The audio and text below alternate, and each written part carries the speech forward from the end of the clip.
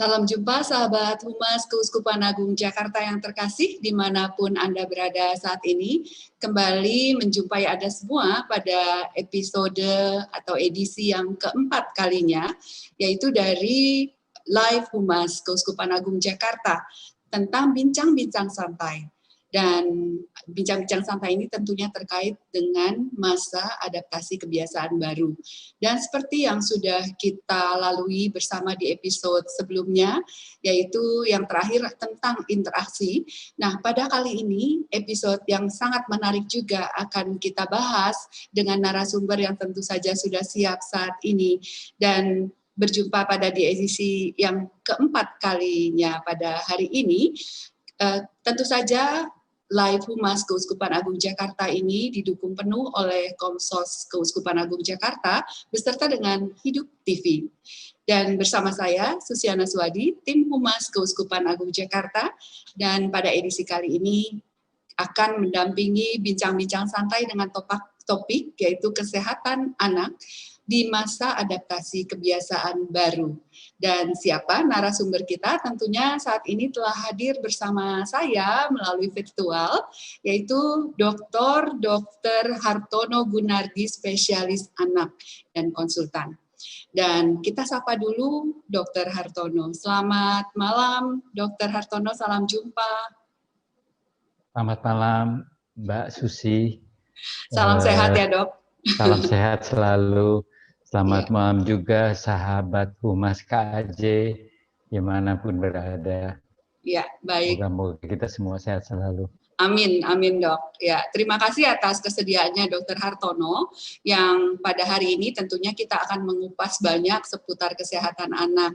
Karena banyak sekali saya yakin sahabat Humas KAJ yang menyimak saat ini juga memerlukan informasi bagaimana untuk bisa menangani dan menjaga kesehatan anak selama masa pandemi COVID-19 ini.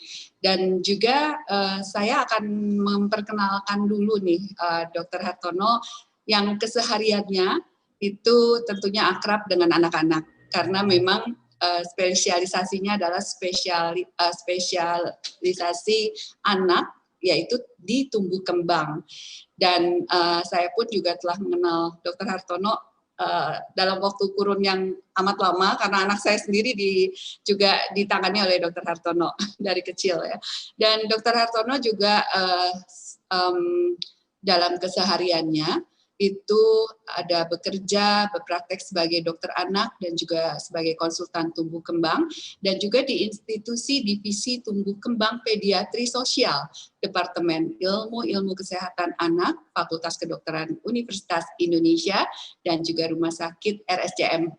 Dan juga selain itu beliau juga sebagai anggota IDI, Ikatan Dokter Indonesia, sekaligus juga anggota Ikatan Dokter Anak Indonesia, dan pernah bertugas sebagai anggota Satuan Tugas Imunisasi Ikatan Dokter Anak Indonesia, dan sekarang juga masih sebagai Ketua 3 dari Pengurus Pusat Ikatan Dokter Anak Indonesia, dan yang terakhir juga sebagai anggota yaitu Immunization Technical Advisory Group Asia Pacific Pediatric Associations. Dan Dr. Hartono juga pernah mengambil pendidikan tambahan di Utrecht, Belanda, kemudian juga di Atlanta, USA, selain juga lulus dari Fakultas Kedokteran Universitas Indonesia sebelumnya. Dan selain itu, juga Dr. Hartono adalah sebagai umat paroki Blok B, yaitu Paroki Santo Yohanes Penginjil. Baik, Dok, di masa saat ini, yaitu pandemi yang telah berlangsung berbulan-bulan, kita sampai mungkin jadi sekarang sudah terbiasa, di mana semua orang juga sudah memasuki untuk mencoba beradaptasi, lebih akrab lagi istilahnya gitu ya, dalam mencoba untuk adaptasi dalam kegiatan sehari-hari itu lebih baik lagi di masa pandemi COVID ini. Nah, bagi umat yang mempunyai anak-anak, nah itu juga tentunya sekarang ini mengalami masa-masa yang tidak mudah sebenarnya, karena anak-anak yang tadinya bersekolah ada jam-jam waktu di mana harus ke sekolah, nah sekarang ini harus bersekolah di rumah, yang artinya orang tua juga lebih banyak menemani anak-anak dalam melakukan aktivitas belajar yaitu belajar online. Nah, berarti kebanyakan di rumah. Nah, padahal kita tahu bahwa bagaimana cara orang tua supaya bisa lebih memastikan anaknya bisa sehat, bisa walaupun di rumah ataupun bisa dalam keadaan apapun juga. Nah itu ini bagaimana dok di masa-masa ya boleh dikata masa sulit sebenarnya pandemi ini, bagaimana orang-orang tua sekarang ini, apalagi yang masih orang tuanya masih yang orang tua muda. Nah itu mungkin bisa diberikan sedikit gambaran dok bagaimana bisa memberikan kepastian kesehatan gitu bagi anak-anaknya. Terima kasih Ibu Susiana Suwandi ya atas introduksinya riwayat hidup saya yang panjang sekali. Moga-moga sahabat Humas KJ tidak ngantuk mendengarkannya. Ya, pertanyaannya menarik tuh. Masalah kita semua ya di masa pandemi COVID ini yang memasuki periode ADB, adaptasi kebiasaan baru. Nah, kita semua tentu sayang dengan anak-anak kita ya, karena anak merupakan penerus kita, generasi penerus kan, dan merupakan tumpuan harapan keluarga di masa yang akan datang ya. Saat orang tua sudah nanti sudah mulai senja usianya, kemudian sudah mulai lemah. Nah, anak yang akan mengambil alih tugas-tugas dan membantu orang tua. Sekarang orang tua yang membantu anak, pertumbuhan dan perkembangan anak agar dia dapat mencapai potensi yang seoptimal mungkin. Begitu ya. Nah, sayang kita di sekarang ini di seluruh dunia ini mempunyai masalah yang besar, yaitu ada pandemi COVID. Pandemi COVID kita tahu bahwa kita mengharuskan lebih banyak diam di rumah karena untuk menghindari penularan. Nah, apa yang harus dilakukan untuk anak kita agar anak itu mempunyai kesempatan bertumbuh dan berkembang dengan baik ya, baik itu untuk anak yang kecil ataupun untuk anak usia sekolah ya, prinsipnya sama, cuma nanti perbedaan detailsnya yang berbeda. Kalau untuk anak ada 3 hal yang perlu dipenuhi kebutuhannya, gampang sebetulnya, yaitu 3A ya. 3A yaitu asuh dalam hal asuhan, dalam hal ASI A yang kedua, dan A yang ketiga adalah asah ya. Asah, jadi asuh, asih, asah, 3A gampang. 3A kalau kita mau dapat nilai yang bagus di sekolah kan harus dapat A ya. Nah, ini orang tua harus memberikan 3A buat anak-anaknya, yaitu A yang pertama asuh, yaitu kebutuhan nutrisinya. Kebutuhan fisik biologis anak tersebut harus dipenuhi. Antara lain kebutuhan nutrisi, perawatan kesehatan. Kalau anak sakit ya tentu diobatin. Sebelum sakit harus dicegah supaya anak tidak sakit ya, yaitu dengan pemberian imunisasi ya. Kemudian kita tentu memberikan nutrisi yang baik ya. Nutrisi adalah salah satu bahan bakar tubuh kita. Ibaratnya kendaraan, kita harus memberikan nutrisi yang baik buat anak-anak kita yang meliputi makronutrien, karbohidrat, protein, lemak gitu ya, dan mikronutrien ya.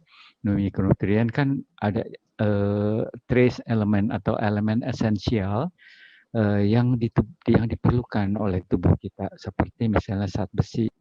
Kalau kekurangan zat besi, kita akan menderita lemah ya, lemak, kurang darah, kemudian prestasi belajar juga menurun, fokus pemusatan perhatian juga menurun. Jadi nutrisi itu harus diperhatikan ya.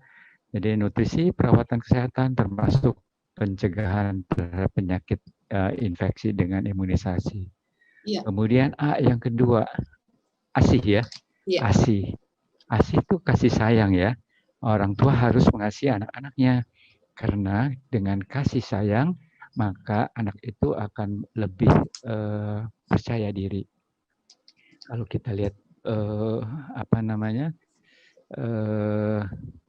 anak-anak yang kurang beruntung misalnya ya, yang ditaruh di panti asuhan, mohon maaf nih, karena suatu hal dia dititipkan di panti asuhan kan anak-anaknya banyak, sehingga para pengurusnya, para perawat anak tersebut mungkin kekurangan waktu.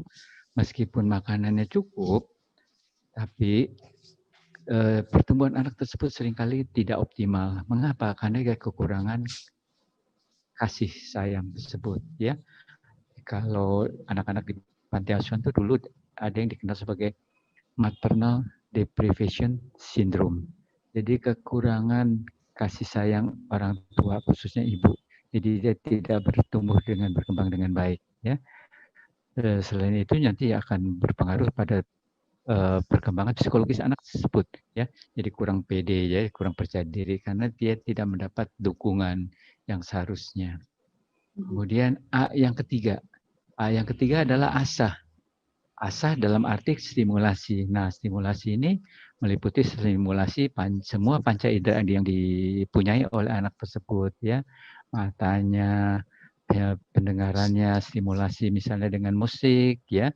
Kemudian terserah musik orang tua yang disukai, bisa musik gamelan atau musik gending Bali atau musik klasik, silakan, ya. Kemudian segala macam panca indera bisa stimulasi. Kalau yang gerak misalnya ya, bisa dilatih permainan seperti memasukkan bola dalam bola basket, itu juga kan merupakan latihan untuk koordinasi antara mata, kekuatan otot, semua kekuatan otot, serta melatih juga pikiran seberapa kuat dia harus melemparkan bola sehingga cukup menyampai ke ring bola basket dan masuk. Kalau terlalu keras dia akan mantul. Kalau terlalu kurang keras dia akan tidak sampai. Jadi itu merupakan salah satu stimulasi ya untuk anak tersebut. Tentu tergantung umurnya yang kita hadapin. Makin besar usianya, tentu stimulasi tingkat kesulitannya makin tinggi. Seperti juga tingkat pelajaran di sekolah. Nah, stimulasinya itu berbeda untuk anak SD, untuk SMP dan SLTA begitu. Itu prinsip dasar untuk membesarkan anak. Mungkin Ibu Susi juga anaknya sudah besar-besar juga nih ya.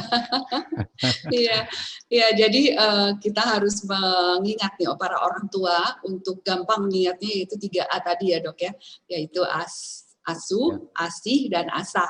Jadi ini meliputi keseluruhan dari bermacam-macam, mulai dari tadi asuh tentang nutrisi. Nah, nutrisi di sini mungkin kita nggak meragukan lagi karena para orang tua kalau di masa pandemi kan banyak WFH ya dok. Berarti kan nutrisi itu harusnya terjamin, diperhatikan, yaitu baik tadi yang menarik juga kita harus bisa memenuhi nutrisi dari makro maupun mikro gitu ya dok ya. Jadi mikro itu yang mineral-mineral berarti kelihatannya dok ya. Nah terkait dengan nutrisi dok, berarti apakah memang anak itu selain mendapatkan makanan yang cukup, yang saya ingat selalu dari sekolah kan 5 sehat 4 sehat 5 sempurna. Apakah itu berubah sekarang dok untuk tumbuh kembang anak? Apakah ada tambahan? Nah kemudian juga apakah perlunya vitamin yang memang istilahnya tuh wajib begitu diberikan kepada anak-anak, apalagi di masa pandemi ini, dok?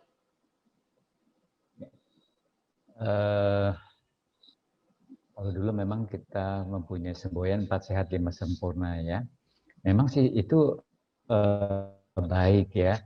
Sekarang dibuat agak beda sedikit, yaitu kita harus memberikan anak menu yang seimbang. Seimbang itu apa? Harus mempunyai unsur 4 sehat 5 sempurna itu dan yang bervariasi ya. Jadi misalnya kalau kita memberikan karbohidrat atau pembentuk kalori ya, zat pembuat energi. Kita boleh memilih antara lain misalnya nasi, jagung, kentang, dan lain sebagainya ya, atau roti. Nah, kalau kita mendapatkan mineral tadi yang trace element tadi, elemen esensial, itu dari vitamin, dari sayur dan buah. Dari sayur dan buah-buahan itu harus bervariasi, ya, baik yang warna hijau maupun yang warna merah, sehingga kebutuhan vitamin dan mineral yang diperlukan oleh tubuh itu bisa disuplementasi oleh konsumsi berbagai sayur dan buah-buahan tersebut. Tentu kita mesti mendapatkan juga sumber zat pembangun atau protein. Ya. Proteinnya ini kan bisa dari protein hewani, dari daging, telur, ikan, dan lain sebagainya, ataupun dari protein nabati seperti protein dari kacang-kacangan yang dibuat menjadi tahu, tempe, dan lain sebagainya. Ya, jadi itu. Dan jangan dilupakan juga kita memerlukan serat. Serat itu juga diperoleh dari sayur dan buah-buahan. Ya. Jadi sayur dan buah-buahan selain memberikan vitamin dan mineral, kita juga memerlukan serat. Yang serat itu baik untuk saluran pencernaan kita. Ya, jadi semuanya itu harus seimbang agar kita bisa memperoleh masukan vitamin dan mineral yang cukup. Kalau diet kita seimbang tadi, maka kita tidak perlu mengkonsumsi vitamin dari luar. Asalkan kita makannya itu dengan sayur dan buah serta protein nabati maupun hewani itu yang bervariasi dengan menu yang seimbang. Ya, baik.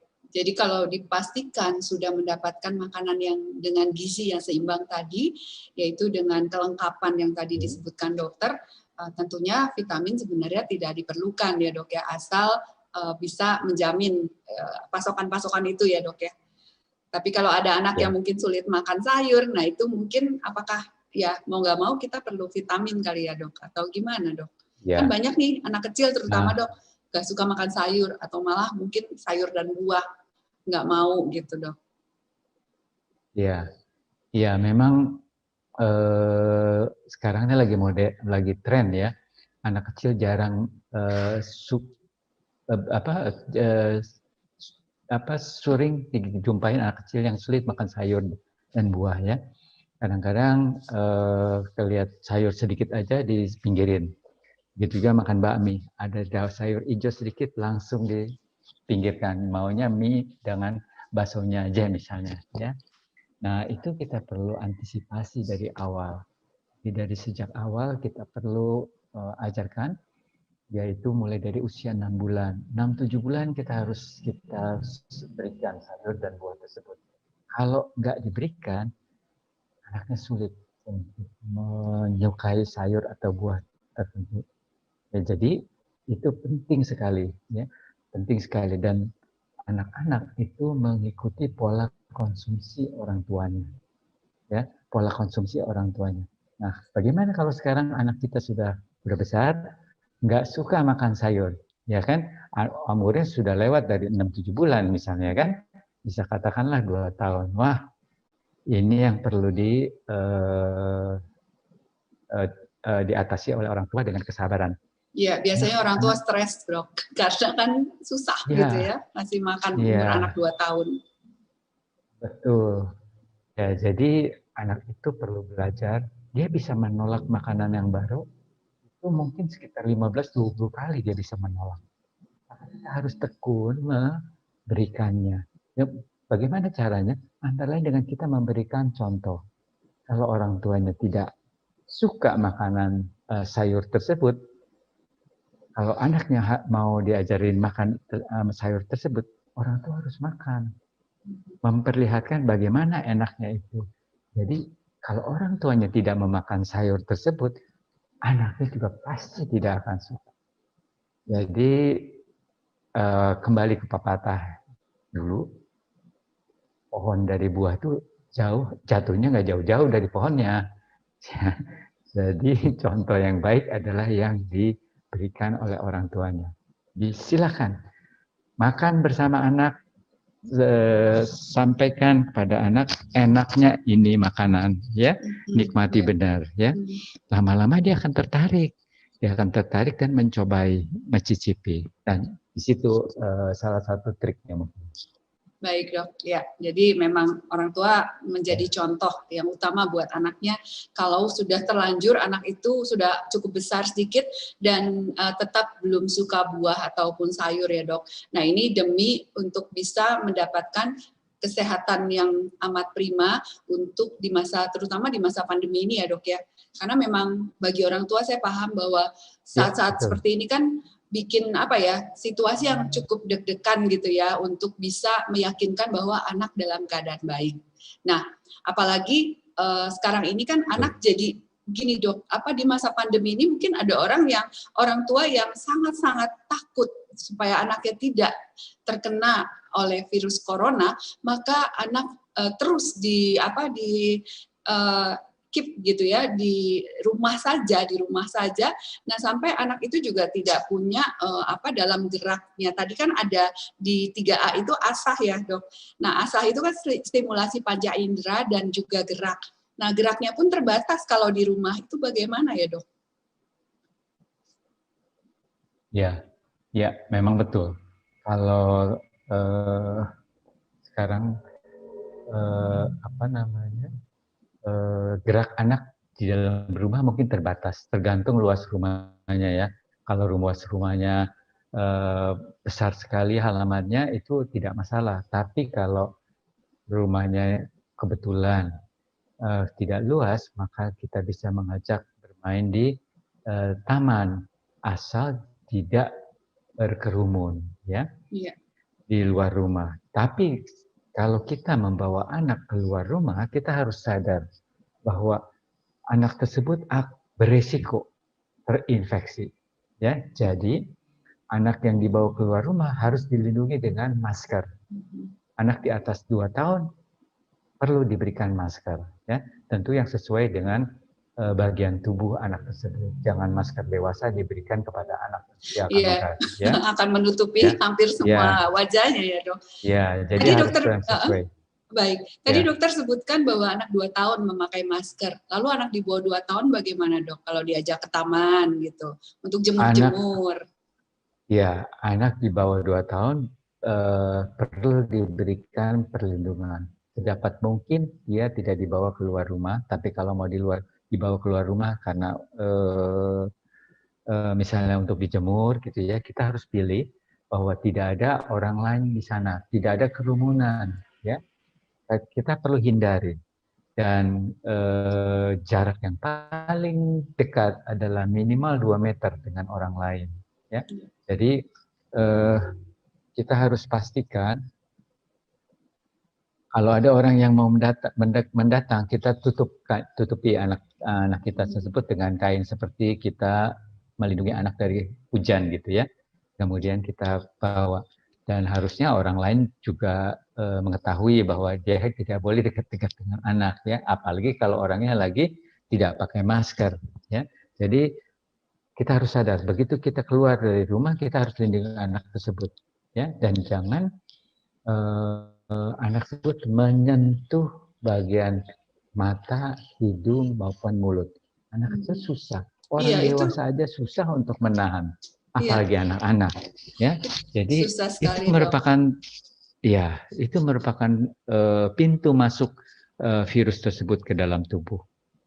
Jadi perlu diwaspadai. Ya. Nah, untuk anak besar tidak boleh berkerumun bersama-sama tanpa masker. Ya, harus kalau misalnya mau bermain bersama harus dengan masker. Sedapat mungkin mainnya yang mempunyai jarak ya. Misalnya kalau kita main katakanlah kita main, kalau untuk anak sekolah main badminton itu kan jauh jaraknya. Ya. Ya. Sementara ini ya betul dok. Lalu bagaimana dok? Ya. Iya. mungkin internetnya kurang stabil ya. Ya, jadi kalau kita mau memberikan aktivitas, sedapat-dapatnya adalah yang permainan yang sudah mempunyai jarak dengan anak yang lain ya. Jangan terlalu dekat, dan masker harus tetap ada, harus tetap dipakai. Ya. Namun orang tua harus bisa berkreasi juga dengan melatih sementara ini kita bisa melatih panca indera yang lain, melatih bidang yang lain. Misalnya di rumah dengan melatih main musik, menggambar, ya. Jadi melakukan kegiatan menggunting dan menempel, misalnya untuk anak yang lebih kecil, ya. Menyusun mainan seperti Lego, itu merupakan hal yang challenging juga buat anak. Jadi tidak selalu harus bermain, ya. Sekali-sekali untuk bermain di luar boleh, bila sudah ada sudah bosan di dalam, ya, sudah habis mainan perbendaharaan, boleh keluar, jangan lupa untuk memakai masker. Ya.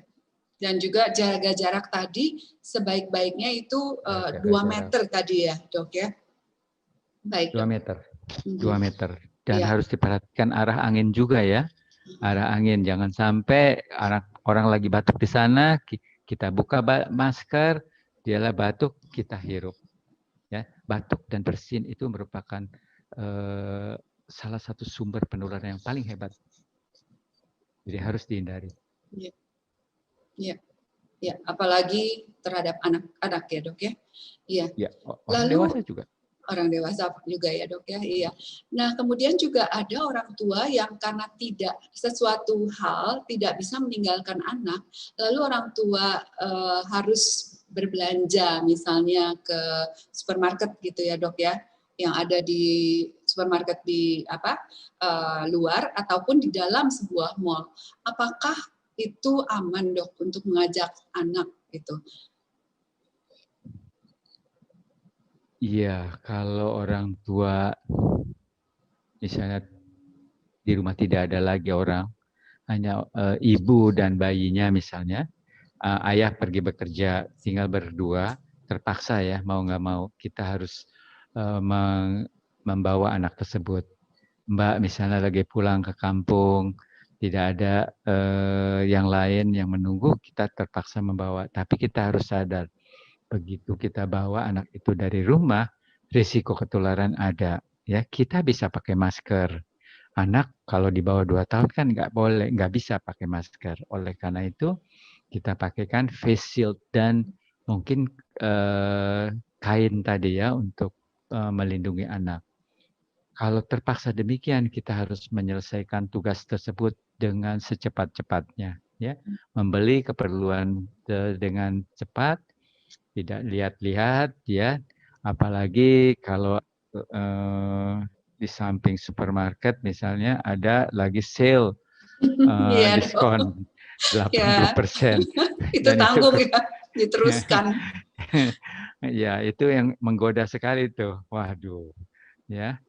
Jadi itu yang merupakan bahaya anak-anak ketularan. Juga ibunya juga bisa ketularan.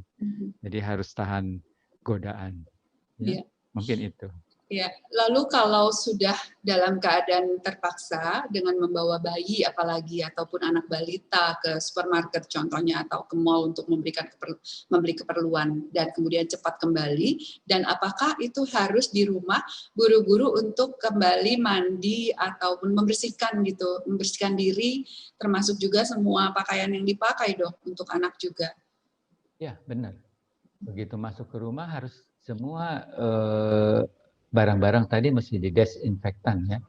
Barang yang dibeli tadi harus didesinfektan, baju harus diganti di luar rumah, mungkin di ruang pertama di dalam rumah atau mungkin apartemen kalau ya ibu-ibu modern nih milenial tinggalnya mungkin di blok apartemen dalam sebuah mall, itu di ruang pertama apartemennya perlu diganti di baju maupun anak maupun ya, orang tuanya. Dan kemudian membersihkan badan, kemudian baju tersebut direndam di dalam deterjen, ya. Dan setelah itu baru bisa bebas kembali. Ya. Seperti itu. Harus hati-hati karena virus itu tidak kelihatan, sangat-sangat kecil sekali, tapi ada. Ya, baik dok. Dan sahabat Humas KAJ dimanapun Anda berada, kalau Anda ingin bertanya tentang seputar kesehatan anak untuk menjaga anak-anak kita di masa pandemi ini, silahkan untuk sampaikan di chat room yang ada. Dan kemudian dok, tadi kembali lagi ke 3A. Nah, di asuh yang pertama, asuh itu kan tadi disebutkan tentang perawatan kesehatan dok. Nah, ini kan berarti tadi dokter sebutkan mengenai imunisasi. Nah, imunisasi ini bagaimana dok di masa pandemi ini? Karena terus terang orang tua sebisa mungkin inginnya kan menghindari untuk pergi ke rumah sakit atau pergi ke dokter karena ya takut anaknya tertular. Nah, ini bagaimana dok? Ya, benar. Memang dilematis ya. Kalau bagi orang tua kalau tidak dibawa anaknya tidak lengkap imunisasinya. Kalau dibawa khawatir ya. Jadi anak-anak boleh dibawa ke klinik, ke rumah sakit untuk berobat atau imunisasi, ya. Dan tentu kita pilih tempat imunisasi yang paling dekat dan tempat imunisasi yang baik itu adalah yang membuat jadwal ya. Jadwal misalnya kita bikin perjanjian dulu untuk nanti kita mau membuat imunisasi. Kemudian kita bisa melakukan appointment jam sekian. Jadi di tempat tunggu rumah sakit atau klinik tersebut tidak terdapat kerumunan orang banyak karena dibuat appointment yang baik. Mungkin ada orang tapi tidak banyak ya, dan tempat ruang tunggunya juga harus memperhatikan physical distancing ya. Nah, apa akibatnya kalau kita tidak melakukan imunisasi? Kalau kita tidak melakukan imunisasi, maka anak-anak kita tidak mempunyai zat kekebalan. Zat kekebalan terhadap penyakit infeksi ya. Terhadap penyakit infeksi termasuk penyakit infeksi yang berbahaya. Seperti contohnya ya, kalau virus COVID-19, SARS-CoV-2 itu kalau menular ke satu orang yang sakit COVID-19 bisa menularkan kepada 2 sampai 3,5 orang. Ya, jadi dari 2 sampai 3,5 orang. Ya, tapi kalau penyakit campak yang bisa dicegah dengan imunisasi. Satu orang yang sakit campak, satu anak yang sakit campak bisa menularkan ke 12 sampai dengan 18 anak lainnya. Jadi dia lebih menular, ya, dan lebih mempunyai komplikasi buat anak-anak. Komplikasinya antara bisa radang paru-paru sama seperti COVID-19, radang otak, dia bisa kejang, dia bisa tidak sadar, dan bisa mengakibatkan komplikasi di saluran cerna penyakit campak nih, yaitu diare yang berkepanjangan. Jadi kalau tidak diimunisasi, anak kita berisiko terhadap penyakit-penyakit itu. Ya. Jadi silakan diimunisasi. Ya, jadi imunisasi itu sangat-sangat penting untuk tidak dilewatkan begitu saja ya dok. Jadi harus seperti yang sudah dijadwalkan. Biasanya saya ingat ibu diberikan buku panduan di mana ada jadwal-jadwalnya begitu ya dok. Tadi mengerikan ya dok kalau sampai misalnya terkena seperti infeksi paru-paru dan lain-lain. Nah, itu akan menurunkan imunitas anak juga dan akhirnya takutnya membawa ke hal-hal penyakit lainnya gitu ya, dok. Ya, jadi artinya imunisasi tidak boleh di-skip gitu, dilewatkan, dok. Tidak boleh di-skip, tidak boleh diabaikan. Kalau seandainya sudah terlambat, kemarin kan bulan Maret sampai bulan Mei mungkin orang-orang pada takut semua ya. Sebagian puskesmas, sebagian posyandu juga tutup, ya, karena terpapar, mereka juga takut ketularan, mungkin juga ada yang sakit di sekitarnya, maka kegiatan berhenti. Tapi sekarang sudah mulai jalan kembali. Nah, kalau imunisasi yang tertinggal itu bisa dilakukan catch up immunization atau imunisasi kejar. Jadi dilengkapi saja imunisasinya, apa yang kurang perlu dilengkapi. Di klinik atau fasilitas kesehatan terdekat. Silakan. Ya. Jadi pokoknya kalau ada yang tertinggal, jadi jangan sampai dilupakan, tapi dikejar gitu ya dok. Tentunya nanti dikonsultasikan lebih detail lagi imunisasi apa yang tertinggal itu ya dok ya. Nah, benar. Terkait dengan itu supaya nggak ada yang ketinggalan, sebenarnya imunisasi apa aja yang perlu dilengkapi sih dok? Terutama di saat-saat pandemi seperti ini untuk anak-anak. Ya, mungkin gampangnya kita mulai dari saat lahir ya. Saat lahir, begitu bayi lahir, dalam 24 jam dia harus dapat imunisasi hepatitis B. Hepatitis B kok begitu? Kadang-kadang orang bertanya, begitu lahir langsung disuntik, apa nggak kesian bayinya ya? Nah, virus hepatitis B ini penting untuk dicegah. Kalau bayi dalam bulan pertama terinfeksi virus hepatitis B dalam masa perinatalnya, maka 60-90% bayi tersebut akan menderita penyakit hati yang menahun. Akibatnya apa? Nanti dalam usia dekade 20-40 tahun, hatinya bisa mengecil dan akhirnya bisa terjadi kanker hati. Kalau sudah begitu, sudah sulit, tidak ada obatnya, dan mau diobati juga sulit dengan angka keberhasilan yang tidak tinggi. Oleh karena itu yang paling mudah, paling sederhana mencegah penyakit tersebut adalah dengan melakukan imunisasi hepatitis B. Ya. Kemudian kalau mengikuti jadwal yang dianjurkan oleh Kementerian Kesehatan, umur 1 bulan itu diberikan imunisasi BCG.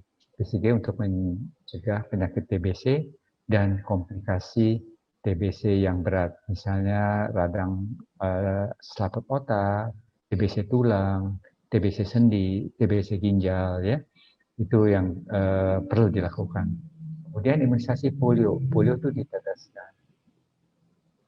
Kita sudah jarang melihat orang yang menderita polio sekarang ini, tapi dulu mungkin kita lihat, mohon maaf, mungkin ada orang-orang yang kakinya kecil sebelah, ya, itu yang merupakan gejala sisa penyakit polio. Kemudian umur 2 bulan diberikan imunisasi DTP. DTP singkatan dari difteri, tetanus, dan pertusis. Difteri adalah penyakit yang sangat menular. Anak-anak tidak bisa bernapas karena saluran napasnya tertutup oleh membran. Tetanus kita tahu yang kejang-kejang begitu. Pertusis batuk 100 hari.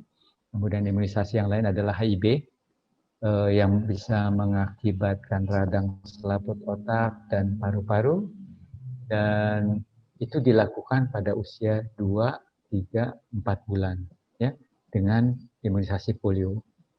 Kemudian umur 9 bulan diberikan imunisasi MR atau campak dan rubella. Umur 1,5 tahun diimunisasi lagi, yaitu sama vaksinnya DTP, hepatitis B, HIV dengan MR tadi ya. Kenapa diimunisasi ulang?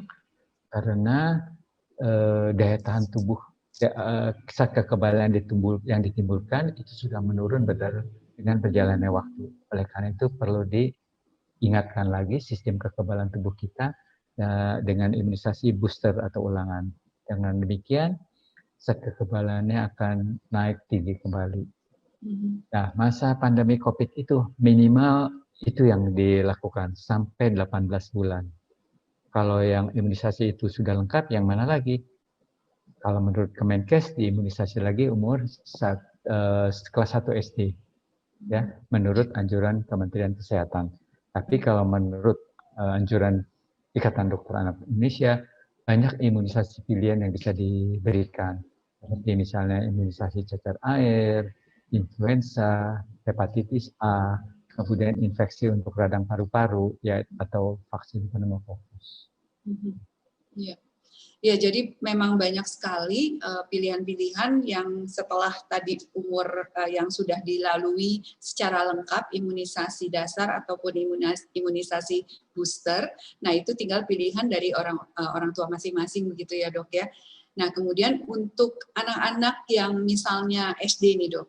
Misalnya sudah kelas 3 SD ke atas ataupun mungkin yang menginjak SMP 1.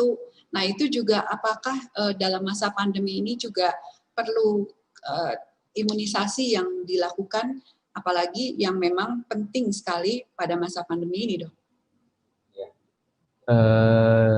Imunisasi anak sekolah diberikan mulai usia kelas 1 ya.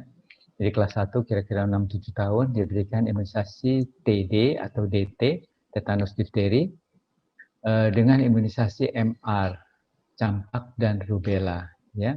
Dan imunisasi ulangannya diberikan pada usia 7-8 tahun atau kelas 2 SD. Ya. Imunisasi TD tersebut diulang lagi kelas 5 SD. Kelas 5 SD diulang. Ya. Untuk provinsi tertentu, misalnya di Jakarta, di DKI Jakarta, ada imunisasi yang lain, yaitu imunisasi HPV, khusus untuk anak perempuan, HPV, Human Papilloma Virus, juga keganasan pada leher rahim. Itu pada usia berapa, Dok? Kelas 5 SD. Oh, Kelas 5 SD, kira-kira 10-11 tahun. Ya. Ya. Apakah aman, Dok, diberikan pada anak usia tadi kelas 5 SD itu, Dok, untuk imunisasi ini? Khusus Aman. Jakarta ya, Dok ya? Khusus Jakarta dan mungkin juga ada di daerah Surabaya dan rencananya dikembangkan di provinsi lain ya. Ya, baik. Ya. Nah, kemudian kan masih dalam usia anak-anak juga, kayaknya remaja juga, anak-anak mengarah ke remaja. Untuk yang SMP ini bagaimana, Dok? Kan udah lengkap misalnya. Lalu anjurannya bagaimana, Dok, di masa pandemi ini supaya juga menjaga agar imunitas tubuh tetap fit gitu. Nah, terkait dengan imunisasi itu untuk anak-anak SMP, usia-usia SMP ini bagaimana, Dok? Ya,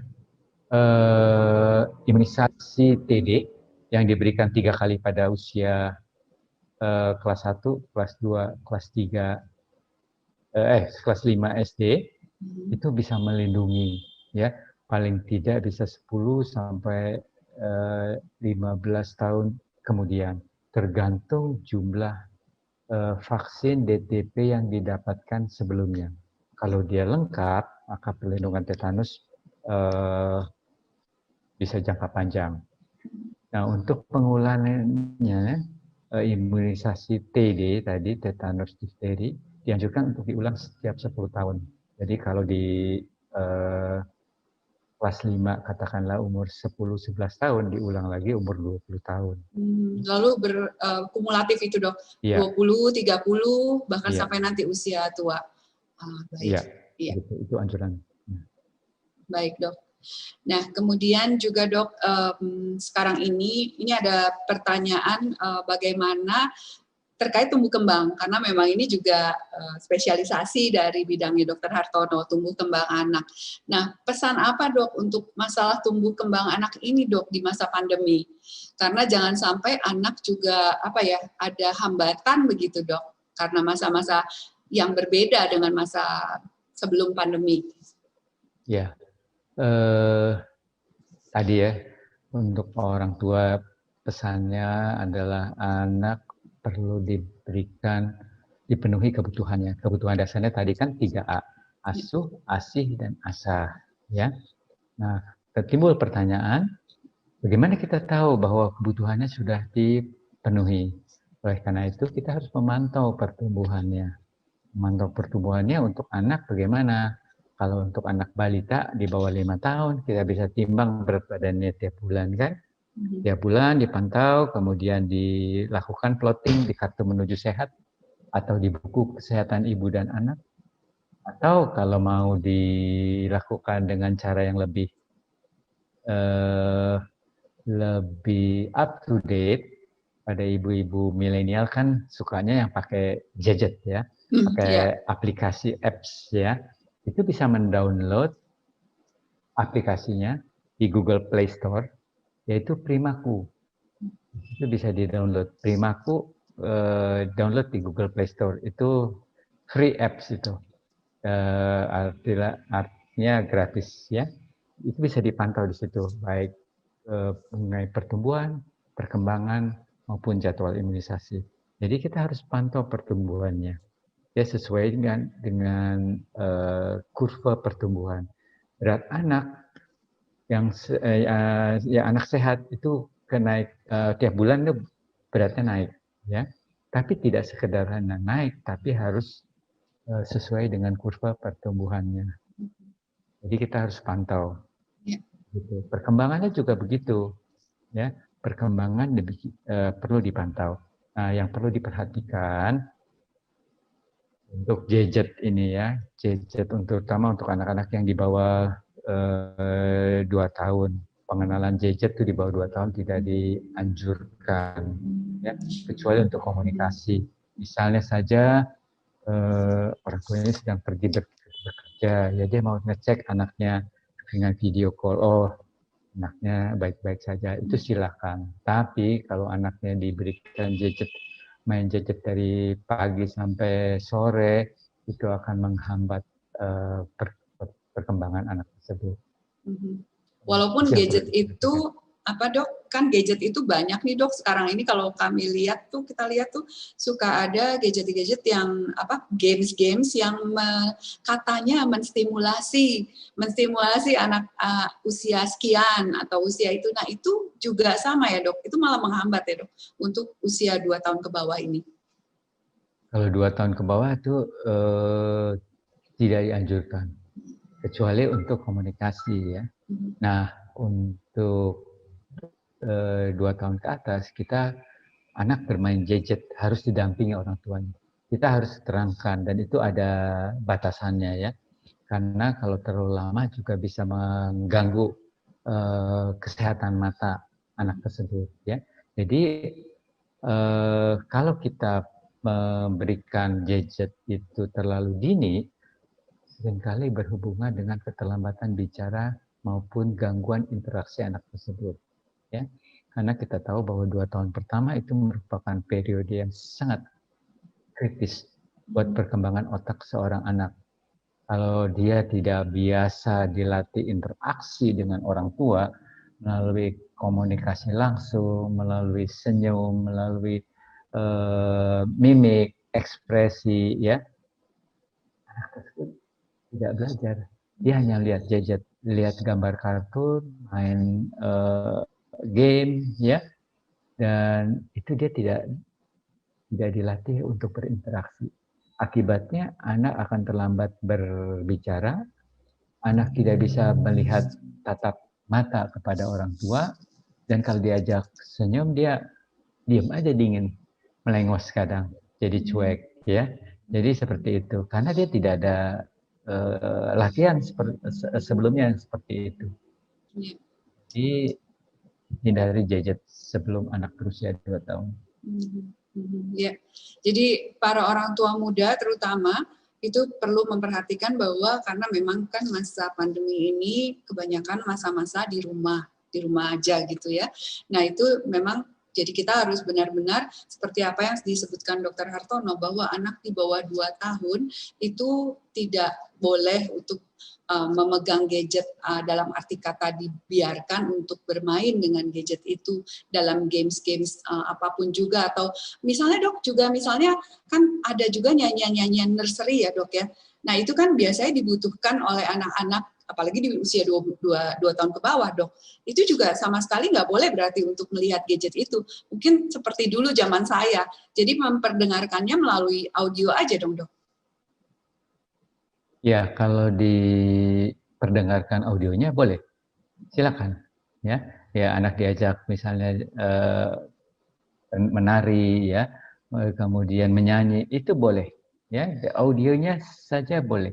Tapi interaksi dengan screen time-nya itu dengan filmnya, videonya, itu yang mengakibatkan tidak anak tidak berinteraksi dengan orang tua atau pengasuhnya, ya. Tapi kalau dengan gadget itu diperdengarkan lagu, kemudian pengasuh atau orang tuanya bernyanyi bersama anak tersebut, boleh sekali, karena interaksinya adalah ibu dan anak dibantu oleh lagu yang dari gadget atau nyanyi atau menari, itu boleh sekali, ya. Tapi tidak boleh anak dengan gadget saja tanpa orang tua. Ya, jadi kita harus berhati-hati ya dok ya, karena masa pandemi ini kan kadang-kadang misalnya ibu masak, gitu, mamah masak, lalu anaknya oke lah supaya ini bermain di box, kemudian diberikan gadget tadi untuk dilihat supaya anteng maksudnya. Nah itu yang harus berhati-hati berarti ya dok ya, untuk tidak memberikan langsung untuk dilihat, tapi diputarkan aja lagu untuk bisa dia dengar sambil bermain gitu ya dok ya. Oke baik, ini harus benar-benar diingat-ingat karena itu dia yang tadi dokter sebutkan sebagai masa-masa kritis, artinya golden time ini ya dok ya, supaya jangan sampai salah melangkah ya. Baik, karena takutnya ya keterlambatan bicara tadi dan lain-lain. Baik dok. Ya. Dan sekali lagi dok, kalau untuk anak di bawah 2 tahun, berarti waktu kita membawa anak keluar karena sesuatu hal ya penting, ataupun terutama tadi melakukan imunisasi, itu dipakaikan face shield saja, karena kan tidak bisa pakai masker gitu ya dok ya. Dan kemudian di atas 2 tahun, itu wajib hukumnya memakai masker gitu ya dok, untuk melindungi anak.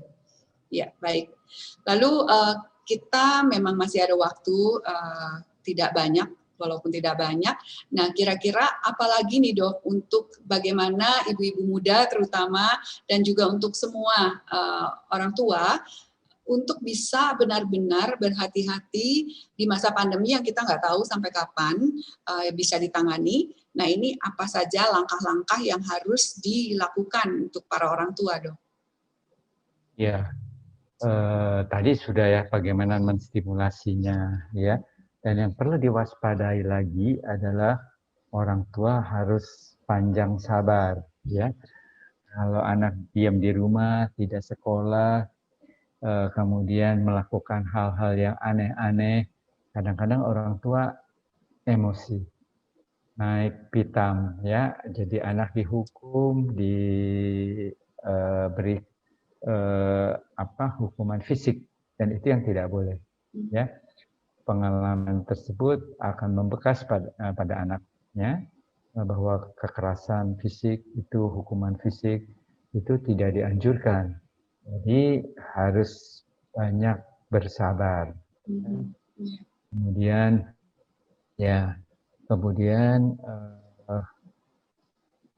kalau ada beberapa anak di rumah juga harus membagi peran, membagi kasih sayang agar yang satu tidak diistimewakan daripada yang lain, dan itu menimbulkan kecemburuan buat anak tersebut, ya, saling bersaing jadinya. Jadi itu yang perlu diperhatikan, harus membagi 3A tadi secara adil untuk semua anak. Jadi seperti itu. Memang diperlukan kreativitas buat orang tua agar anaknya bisa tenang, bisa rukun dengan ayah ibu maupun dengan saudara-saudaranya. Salah satu triknya lagi adalah dengan melibatkan anak tersebut dalam pekerjaan rumah tangga. Anaknya diminta untuk membantu ini, dibantu untuk itu, ya. Dan itu tergantung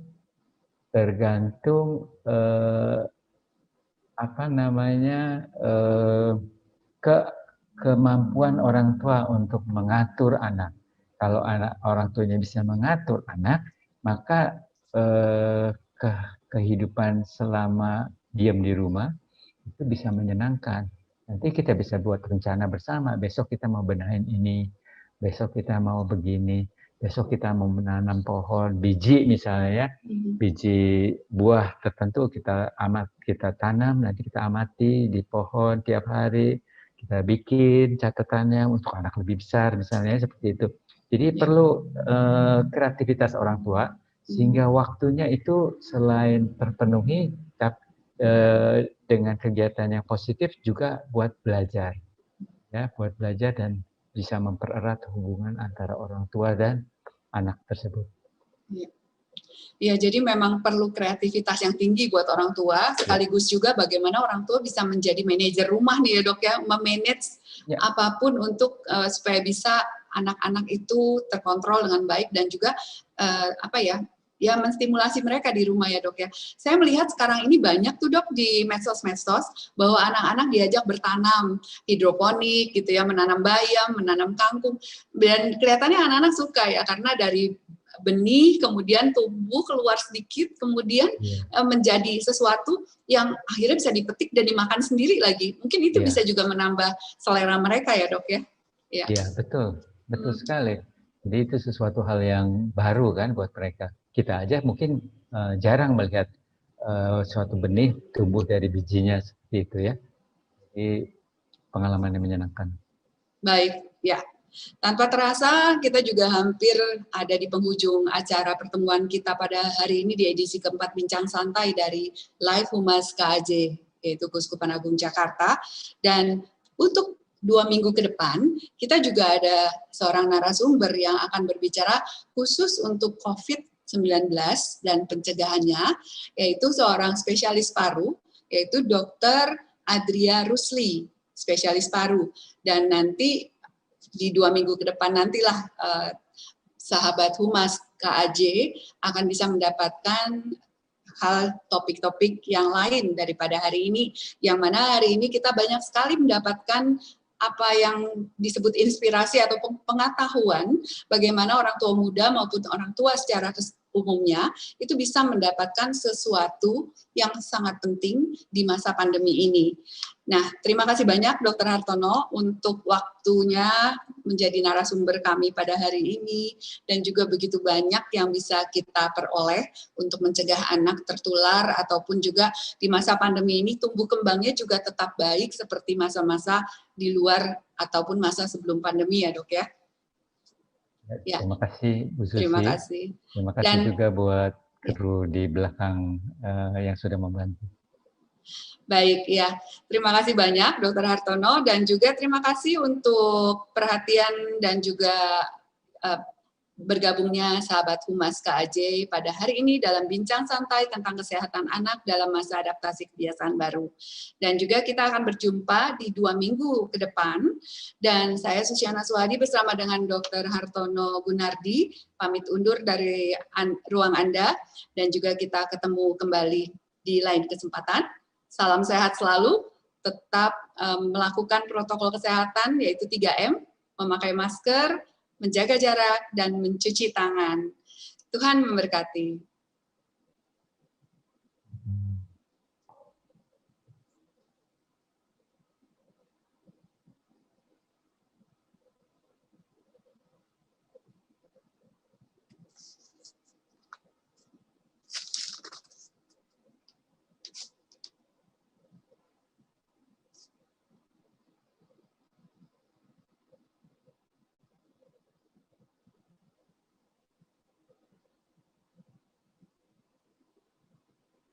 Susi pamit ya.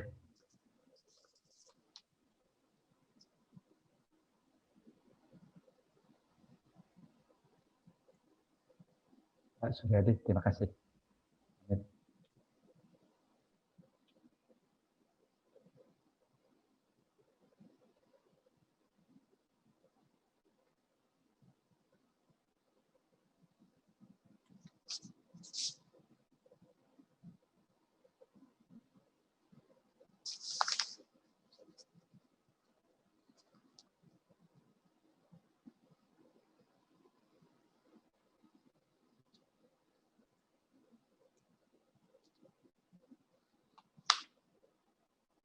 Oke, Pak Sur, sudah.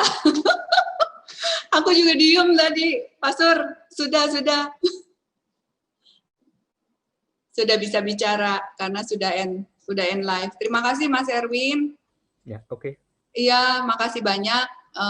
Kita 2 minggu lagi jadwalnya Mas di jam yang sama. Terima kasih banyak untuk seluruh